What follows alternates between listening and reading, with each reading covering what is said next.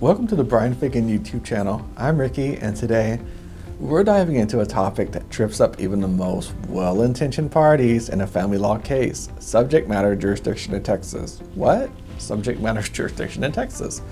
What is that? So understanding is going to be key, right? And today we're going to walk through the most common mistakes people make and how you can avoid them. Let's start with the basics. Subject matter jurisdiction refers to a court's legal authority to hear and decide a particular type of case. You're probably still like, what does that mean? Well, in Texas family law, this includes divorce, child custody, child support, and adoption cases. Essentially, it's just, can the court hear this type of case?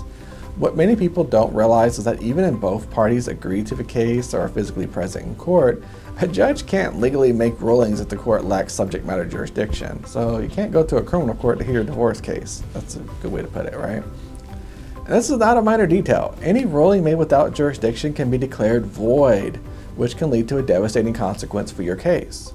So in your county, you may have judges that only do family law cases, and you gotta go to one of those courts. One common mistake is assuming that simply filing a case in Texas court is gonna be enough, right?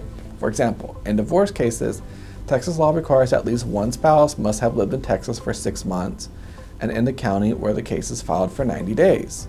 So you gotta meet these requirements. So filing before meeting those requirements means that the court has no authority to handle your case. And if the court has no authority to handle your case, it'll be dismissed. And that's going to waste both time and money. Another frequent error occurs in child custody matters, especially when the parents or children have recently moved to Texas from another state.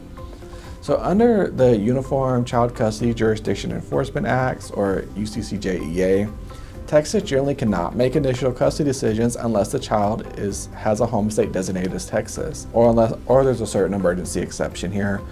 Filing in Texas before confirming home state status can cause jurisdictional challenges, and that can delay or even derail your custody goals. People often mix up subject matter jurisdiction with personal jurisdiction, assuming they're interchangeable, and they're not. While personal jurisdiction deals with the court's power over individuals, subject matter jurisdiction strictly concerns the nature of the case. So subject matter jurisdiction strictly concerns the nature of the case: divorce, criminal, etc. You can't waive subject matter jurisdiction even if everyone involved agrees to proceed. That means even with full cooperation from both parties, if the court lacks proper jurisdiction, the case cannot legally move forward. To avoid these mistakes, always consult a family law attorney that's experienced before you file. To be honest about your timeline with your attorney, be honest with your location history and locations of any children involved. Especially if there's children, let us know where they lived. These details directly impact whether the court has the authority to hear your case. Relying on online forums or general legal advice, don't rely on Google. It's going to be very risky. Jurisdiction issues are technical, but they're foundational to your case.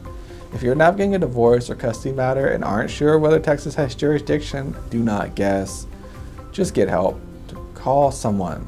And you're in luck, because our team at the law office of Bryan Fagan is here to walk you through every step and protect your case from unnecessary setbacks. Don't forget, like this video, subscribe to our channel, and put comments down. We'll give you more insights into Texas family law, and we'll see you next video. Thanks so much for watching our video. We hope you found it helpful and enjoyable. If you liked what you saw, please give us a thumbs up. Got any questions or thoughts? Drop a comment below. And if you know someone who could benefit from this video, don't hesitate to share it with them. For more awesome resources, check out the description below. Take care. We'll see you in the next video.